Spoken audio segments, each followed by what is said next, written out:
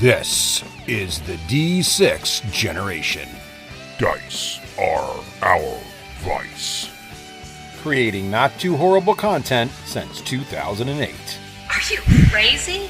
That's like 400 hours of gamer nonsense.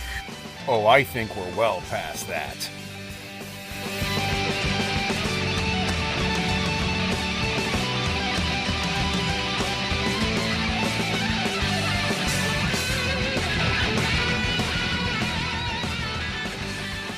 Welcome.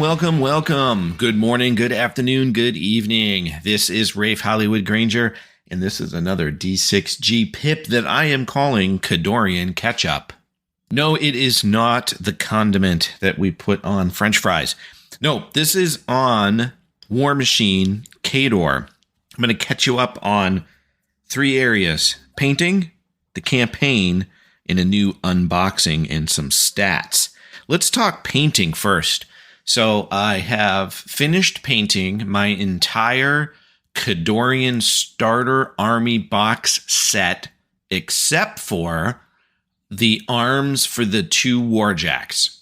So the Khadorian Starter Box set comes with a Direwolf, a Great Bear, 3 Arcanists, 3 Shock Trooper Gunners, all painted, Winter Korps Infantry, which comes with 3 people wearing rifles, and 2 Rocketeers, 2 Autogunners, 2 Grenade Porters, 2 Standard Bearers, and 3 more Guardsmen wearing rifles. I know that's a weird way to count that out, but that's how I was picturing it. It also comes with an officer. And am I leaving anything out? Oh, and comes with the Warcaster known as Kapitan Ilara Boriziuk. Those are all completely painted. And I had the good fortune to go out and visit my great friend Doc, who lives out in Dayton, Ohio. Funny D6G origin story, too. Doc was one of the original listeners of the D6 generation way back in the day. And I'll never forget how we met. We were sharing this when we got together recently. We had, I think it was through Cafe Press. We had some like offerings to be able to get a coffee mug with the cherub, Charlie the Cherub logo. And there was also a t-shirt, which Doc was wearing some kind of like, what's that material that's in like Under Armour? I don't know. Neoprene? I don't know what that is. And it was these big letters in like Gothic lettering that said D6G. I think we sold all of 3 shirts, and it was Russ bought one, Craig bought one, I never bought one, and then Doc bought the 3rd. And he's standing out there in some Gen Con of some year, 100 years ago, and he's like, "Hey, how's it going?" And we just he emailed me ahead of time, of course, and we just chatted through email, and then we met out at the convention. And so one of the greatest friendships I've ever had that's come about from the podcast was from Doc coming up and introducing himself for that first time. We found out we had a lot in common, and other than gaming. And the funny part was, so that I remember, is I didn't know his name wasn't Doc. His email was DOC Rain, Doc Rain. I thought it was like a cool 40K gamer tag. No, of course not. Those are his just his initials for his email address. So I thought that was really funny. I mean, of course, I knew it wasn't his name. I thought that was his like gamer tag or something. But I remember being like, "Hey, Doc, how's it going?" And his friends, and I think his brother was there too. His friends are like, "Who is this character?" calling him Doc. But the name stuck, much like other nicknames, and so. I was over at Doc's house the other day out in Ohio, and we got to busting out my miniatures. And so it was really fun painting side by side, and great way to get some forces painted too is that each of you take your same forces, like you both paint your friend's force and vice versa. And it's a great way to get them banged out. And so I will throw some pictures up on the Discord. I understand this is an audio medium. But I have to say they came out really good. I was a little hesitant that the paint scheme was going to be a little dark, but I've really fallen in love with it. So what we did was we did the gray chop method, also known as the Gallant Method. And I do believe Craig, I don't care what people say, he started it. Gray chop comes after Craig. So the Gallant Method, and which is to say we spray painted black. And then what I did as something a little different, since we didn't have gray, is the next part would be you'd spray paint up a little bit of gray. But what I did was I took bone white and I spray painted lightly the bone white, because that way everything wouldn't be quite so dark. And then from there, I normally use Army Painter speed paints, but Doc is a GW contrast paint guy. So we used contrast paint, and we used the color palette is the coats are painted in red. The I want to say it's blood red. I don't have the GW colors in front of me. The browns were done, the leathers and the browns for the belts and stuff were done in the brown. And I want to say snake bite. Again, that could be an Army Painter color, but whatever the GW color is that matches that.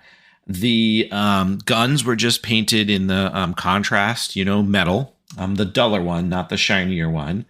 And then my favorite thing that we did. Oh, and then some of the shoulder pads and some of the thigh pads are done in black. And, when you paint the GW black, and it's probably the same for Army Painter, when you paint them on those thigh pads and the shoulder pads, it doesn't really look that great right away, right? It looks kind of muddled and kind of boring, but let it dry, because when it dries, it does do this very most subtle, faintest touch of highlighting. Really cool. Highly recommend the black. And then I want to say we did, for contrasting colors, every here and there, we would do a yellow, the contrast yellow. And that came out really good. So like the Khadorian triangle on the banner flags are done in that yellow. And I'm just really happy with that came out. Oh, and then in a couple spots, we would do like a blue to make like an arcane blue. So for the arcanists holding up scrolls, I painted the inside of those blue. Now, you may know I painted those from before, but I touched them up, added black to the shoulder pads, added the arcane blue, and kind of touched those bad boys up. Very excited to get those onto the tabletop, which brings me to my next topic, which is the campaign. So Wakeland and I have been doing the Black Tide Campaign. And by the way, all of this can be found in the Warmachine app, which is an app you can download from, I do it from the Google Play Store. There is a free version and there is a paid version. I have the paid version. I'm not exactly sure the difference between the two, but you guys can research that. But what's really cool is there's all of the content you need to play the game is on the app. And at first I was a little bit, not against it, that's too strong a word, but I was a little bit sad that we're not going to have books anymore. But Matt Wilson, the creator of the game, and we have a podcast where we interviewed him. Time to do an update video too, an update interview too, isn't it? So, but Matt was talking about that. Like, one of the benefits to having all the content be in the app is you can make live changes that you need to make and stat cards and stuff. And I have become a huge fan of that. I can't remember which models or when it happened, but I can remember playing with the models, and then the next time I played with them, I was like, oh, there's been a change here. Very interesting, which I liked. I want to say that it was Katarina went from a 6 focus stat to a 7 focus stat. I could be making that up, but I remember playing with her. She's one of the Khadorian warcasters. I play with both Katarina and then Ilari so far. I've not done the third one for the new faction. And I could have sworn she was a 6 focus stat, and I was like, that's not as good. And then sure enough, just a little while later, it was a 7 focus stat, which I thought was really cool, which gives a control range of 14 inches, which is a big deal. But back to the campaign. So Wakeland and I are working our way through the Black Tide campaign. We are on the very last game, mission 9 of Black Tide. There's 9 of them. You'll find them in the app. Scroll down. There's Black Tide Part 1, Black Tide Part 2, Black Tide Part 3. And again, we're on the last and 9th mission, which I'm going to talk about a little bit. So far, the missions have been really fun. Some of them are, they're not balanced necessarily. There's some where it's been very difficult for one side or the other to win. But what I'm finding is by making the missions be more mission centered than more like a steamroller type of battle where, you know, both sides are achieving some sort of like center objective or something like that, or holding flags or something. Again, nothing wrong with that. But by playing in the Black Tide campaign where the missions are more story-based missions, yeah, I found that they've been unbalanced. Like the one we're facing coming up is a defense scenario. We'll go through it. I don't see how there's any chance I can really win. But it's fun because now I'm trying to construct a list to do the best chance that I have in winning the mission. So I found it to be fun. And also I have to admit that like reading it on, this is how it is with life, right? Reading it on paper and then playing the game, it's been closer a lot of times, especially with the ability to cast or kill. Let's go down a cow path on cast or kill. So I thought for maybe a while now that cast or kill is not a thing anymore because you can just have focus and what to do. It takes away 5 points of damage, right? So 99% sure. I've actually never done it, so I'm not sure. But I think it's just an automatic deflects 5 points if you camp on some focus, each point of focus. And you'd think, oh, well, that's, you know, I thought, oh, well, that's going to make cast or kill moot. Nope. Because what happens is as we're playing the game, there's so many times you want to use all that focus. And so there's been plenty of times when both my caster and Russ's caster has been exposed without focus. And it just happened in the last battle that we played. It was another one of those battles. Russ really constructed a good list. He was playing it very tactically. He was quote hiding behind his battle engine. It was like a fade retreat. He had to like I encircled him. He had to like break through one area, which was easily done. And then he kind of faded to the back edge of his board, hiding behind his battle engine. And I don't say hiding in a cheesy way at all. It was done very tactically, and I thought he played the mission very well. Well, I basically forced me to have to like march my guys just up the field and run to try to catch him before he escapes. And at one moment, I had one last chance with my feet, with Alari, to try to take down his caster. And I put some bullets on him downrange. And I could have done it. It's just, the dice just didn't go my way. You know, one of those dice rolls where, you know, I just needed to roll like 8 points on average. And I had 4 dice I was rolling. And, you know, I did one of those dice rolls. We've all done it, right? Where it was like a 3, a 2, a 1, and a 3, or, you know, and it just wasn't enough damage. I don't remember which damage I needed, but that probably adds up to more than 8. But you get the idea. There was no 5, 6s, or 4s in any of the dice. So it just didn't add up. But Russ was biting his nails. And so even though it looked like he was walking away with the mission, there still was a chance for me to win and to play the game each round. And that's what I really like about Warmachine. And the other thing is that we got the whole game done in about 2 hours, you know, even with a more narrative mission. So it's not something we have memorized. I just recently had the chance to play 40K with Dave. I busted out my Nurgle Space Marines under Death Guard, and the new 40K, it was so fun. They've definitely streamlined it too. And interestingly, I noticed they have a lot of stuff on an app too. So I think it's interesting how my 2 favorite game companies are going app based. But you know, we didn't get done with turn 2 after 2 hours with my game with Dave. Now we kind of farted around and we were new to the rules and stuff like that. But still, Warmachine just plays a lot faster to get a complete game in. And it's just a great game all around. Why am I having so much fun? I'm just having fun painting. It's really fun just having a regular static opponent in Russ. Basically, if he's not traveling or I'm not away due to work, we're playing. We just know that every Tuesday we're playing a game unless there's travel or some sort of family vacation or something involved. So for right now, we're on a little bit of a 2-week hiatus. I won't be, when I'm recording this, it's about a day or 2 before our next Tuesday. We won't be playing, but then after that, we're scheduled to play. So it's just been fun. I mean, when is the last time?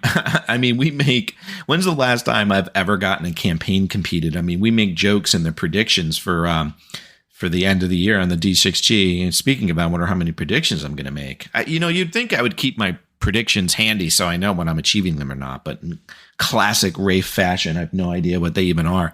But it's been really great to be playing regular games of Warmachine, having a static opponent to be able to keep on playing and go through the missions. And Russ and I are already talking about we're going to continue with Black Tide 2.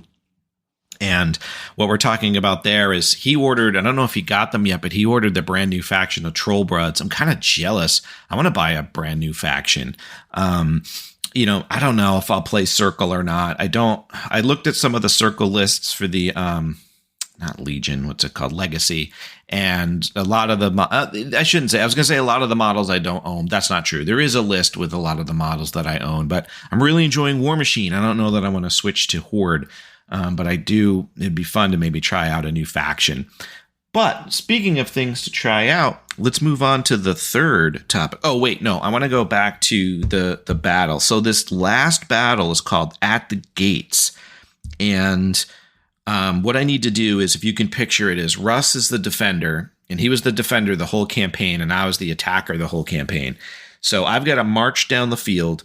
He's going to be having a wall. Okay, a defender wall, which is really cool because Dave Farr, another great friend of mine that you heard me talk about, of course, he's actually made me a wall made out of like paper stock, really thick paper stock and stuff. So I actually have a castle wall and stuff I'm excited to use. And Russ is going to be able to be on the wall, super defended, defense through the roof, raining hellfire with his armor-piercing rounds. I tend to run Armored Corps.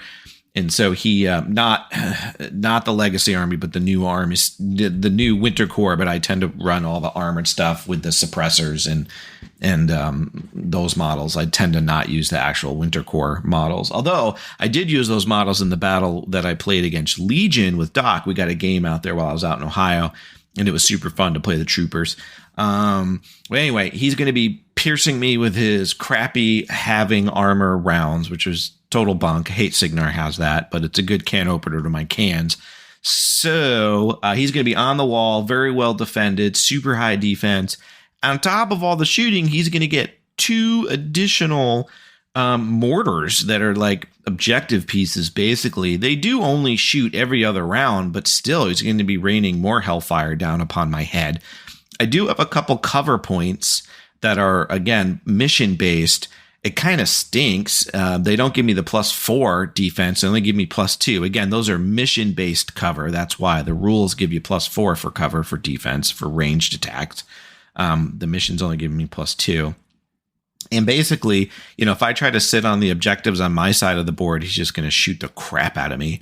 I've got to get behind that wall and get to the other side and get those objective points. So I'm thinking that I'm just going to get like decimated as I march to the wall, but we'll see. Maybe I'm looking at my different card options that I can do, looking at different caster options I can do.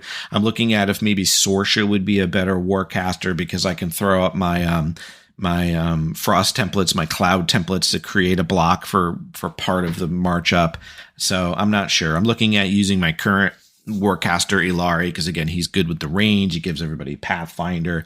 So, but it's been fun for me to think about these intervening weeks to be like, how am I going to handle this mission, which I definitely think is in Russ's favor. Like he's just going to be very strong and hard to defend against this wall, the way the mission is set up. But instead of being dismayed and thinking that it's not fair and not fun, instead I'm having a good time thinking about what am I going to do? What list am I going to bring? And then after I bring my list, what am I going to do with said list? So that's what I've been enjoying about the campaign. Is it creates a reason to bring different things in your army to try to tackle the mission objectives. Okay, let's talk about the last topic. We're going to do another audio unboxing. I received my Khadorian Expansion Box. I ordered it the second that it was available to pre-order, and I did get it from Miniature Market. And they shipped it to me. It came about maybe 5 days or 7 days later than other people on Facebook on different forums and stuff were posting that they had gotten theirs. But I'm happy. I ordered the AC Bison, which, speaking of mission, is mobile cover, and that provides +4 cover within an inch from range. So I'm thinking about using the Bison and marching up the field and hiding some troops behind that. And I am also which came in the now that didn't come with the Khadorian expansion. Okay, I want to make that clear. That was a separate order, but it was released at the same time. So I pre-ordered the AC Bison as well as the Khadorian expansion, and let me go through what that is. All right, with the Khadorian expansions, we get the suppressors, the Man-O' War suppressors, which I'm super pumped to be fielding. I've been just fielding Man-O' War shock troopers with the guys with the shield cannons and the axes as stand-ins, and so I think Russ will be happy to see those as rep. They come with the sniper team along with the hunting dog. They come with the Khadorian mortar. They come with pikemen. They come with the battle mechanic, which I'm super pumped to actually field. And the new battle mechanic, Khadorian battle mechanic, is just killer. Who is this? It's I think it's the officer. I'm just looking at the picture. I am not fielding the inside insert yet. So I want to say it's one of the upgrades to the Khadorian Winter Korps. So I'll be super pumped to be breaking that out. And that's called the Khadorian Winter Korps Mark IV Army Expansion Box. So that has been received and will be unboxed very shortly. I unboxed the Bison, and that was really fun, super simple to put together. And I'll be looking forward to getting those gray chopped up. So I've got to spray paint them black. And then I'm going to do the gray instead of the bone. But I will be getting that on the painting table very shortly. And as promised, you'll be able to see all sorts of pics from this. I'll throw pictures of the expansion box, and I'll throw in pictures in the Discord channel of the troops that I just painted up and the 2 Warcasters. And to get into the Discord channel, I believe it's the $2 Patreon level. So just head on over to Patreon, and we do have some a good core of people that chat in Discord. It's fun.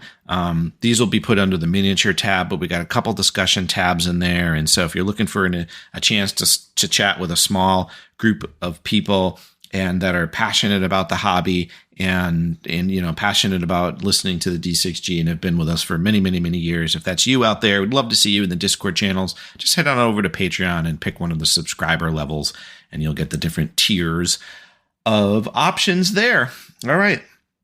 Well, I think that's about it for Khadorian Katch-Up. I will be looking forward to recording with Wakelin to see how our wrap-up of the campaign goes and how this last battle goes. It's going to be a nail-biter. I'm keeping a couple things behind my sleeves here to see if I can break the forces of Signar, crack through that defending wall, and get the juicy heart objectives on the other side and win the battle. After that, the campaign's over, and I think Russ is going to win with a landslide, because I do have one beef. I'll end with this. I do have one beef. It's my fault for not reading it. Each of the missions usually win by some sort of control objective or something. Well, one of the missions, he had to escort civilians. He had captured some Khadorian civilians, and he was escorting them off the table. My job was to free them. And they were war chest points. Each one escorted off was a war chest point. Well, war chest is the campaign victory point, if you would. And then usually the missions have control points. If you get so many control points, you win the mission. And if you win the mission, you win, let's say, 3 war chest points, things like that. Well, those crazy civilians were 1 each. And so at the end of the battle, he was able to get 6. He marched all 6 right off the board because, again, he kind of picked an angle and just ran off the other side really quickly, and I wasn't able to catch up, or I took too long to catch up, and scored himself some 6 war chest points, not just mission points. And I was like, wait, what? I just didn't read the mission carefully enough, which, needless to say, I now do. All right. Thanks for listening. And until next time, happy gaming. Oh, and one more thing.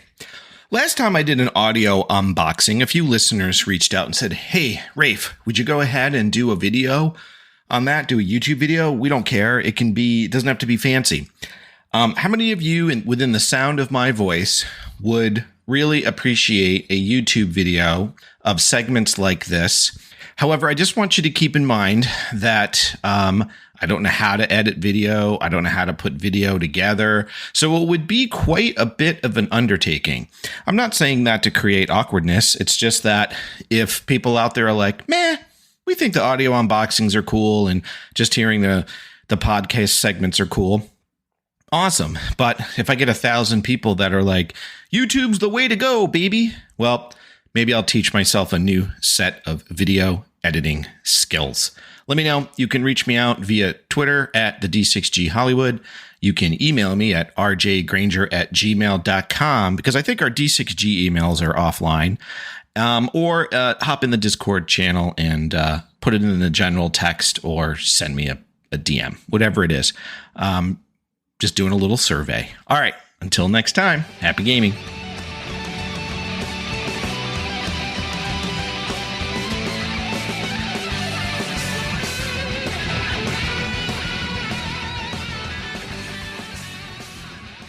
Achievement unlocked! You've made it to the end of another D6 Generation episode, the podcast whose humor has universally been acclaimed as not too horrible. Please let us know what you thought of the show by emailing us at info@d6generation.com. If for some inexplicable reason you actually enjoyed this show, you can help others find out about it by leaving positive reviews on iTunes. Thanks for listening and happy gaming.